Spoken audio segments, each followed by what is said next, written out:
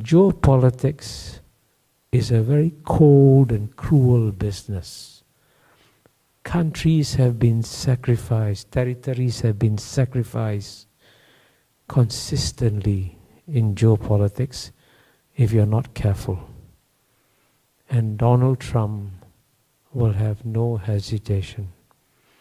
I mean, as you know, even in his first term, even though South Korea had been a very strong and close ally of the United States, he didn't even consult South Korea when he decided to go to North Korea. That's the kind of person he is. So that may be an asset. But of course, Donald Trump also poses dangers to China. Because, as you know, his Secretary of State in his first term was Mike Pompeo.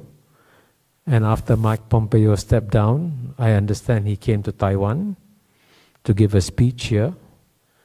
And in that speech, he recommended that United States should recognize Taiwan as an independent country. Now, Mike Pompeo is sophisticated enough to understand that that's a declaration of war. I'm surprised he recommended it. But if the United States was to recognize Taiwan as an independent country under Donald Trump, then Taiwan will be at war. So you can see, therefore, Donald Trump, why China may not be too enthusiastic about Donald Trump. Now, in the case of Kamala Harris, clearly she's much more predictable, and you can expect to have a continuation of the policies of the Biden administration towards China. The pressure will be there, but it won't be erratic. It'll be predictable, and China can manage that predictable level of pressure. Kamala will, of course, keep the allies on board. That will be a disadvantage clearly for China. And Kamala, of course, will keep up the pressure on Russia and Ukraine, and she said so in the debate today. So in that sense, she will be just effectively a continuation of Joe Biden, but of course with a lot more energy and drive than Joe Biden had. So you can see from the Chinese point of view, there's no clear preference within Donald Trump and Kamala Harris, and they will live with whoever is elected by the American people. So finally, I see I have about 3-4 minutes left. What should be the wisest thing for Taiwan to do? I think it's extremely important for Taiwan to be aware that at such a dangerous time like this, you've got to be very careful with what you do. I know that there are people in Taiwan who believe that what will be good for Taiwan is independence of some kind. That would be dangerous under any circumstances, but it would be especially dangerous at a moment like this. Because if you walk into a room full of gas and you light a spark, you get a major explosion. So people who are pushing for independence have to understand the dangers. And there's also one paradox here. The goal of pushing for independence is to have greater freedom of action, to be able to do more things that you think you can do if you're independent. Effectively, though, if Taiwan pushes for independence, Taiwan is going to become more and more isolated globally. Because right now, one of the great benefits of being a Taiwanese is that you have a passport that is recognized and accepted 150, 160 countries around the world. But just imagine if you push for independence, you force countries to decide, do I want to recognize Taiwan as independent? I guarantee you this.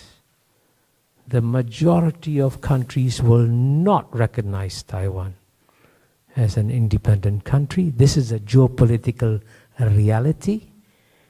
So what you do, therefore, in pushing for independence is to lock yourself up into a small jail and throw the key away. Now, this may be a beautiful island to live in, but your capacity to travel and to engage the world will be diminished, especially now, because it's such a dangerous moment in history. I also know that people here who believe that perhaps you could go to the UN and get some support in some way or another.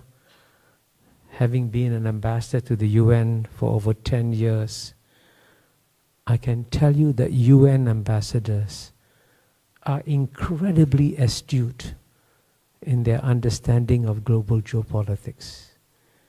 They know what needs to be done. And they also know, many of them, if you force them to make a choice between China and Taiwan, there is no choice for them. Their ties with China have gone up by leaps and bounds, right? Take trade between China and Southeast Asia. In the year 2000, trade between US, China and ASEAN was only $40 billion in 2000. By 2022, it had become $975 billion, almost $1 trillion. Southeast Asian countries cannot sacrifice $1 trillion in trade. A country like Brazil, that's far away. It took Brazil 20 years ago, 1 year, to export $1 billion to China. Now it takes Brazil 60 hours to export $1 billion to China. And you're asking the Brazilians, choose. So therefore, it's very important if the people of Taiwan want to preserve the peace that they have had, you must understand what a complex, difficult geopolitical environment is arriving your way. Please be extremely alert. Please be extremely careful, because if you're not, the consequences can be very painful. Thank you. 朋友都知道我是很挑剔的，防晒乳我选 KISS 皇家呵护抗光清爽高防晒凝露，因为它有媲美蓝光神盾的抓藻植萃，保护我在阳光下延缓肌肤老化，维持青春弹力，可以防御工作环境里的3C 商品，各种光源对肌肤的伤害，擦起来清爽不黏腻。我特别喜欢它做到海洋友善，365天，天天抗光抗老化，是我的保养日常。你呢？呵护您，呵护全家人，专属你的 KISS Royal Care 抗光清爽高防晒凝露。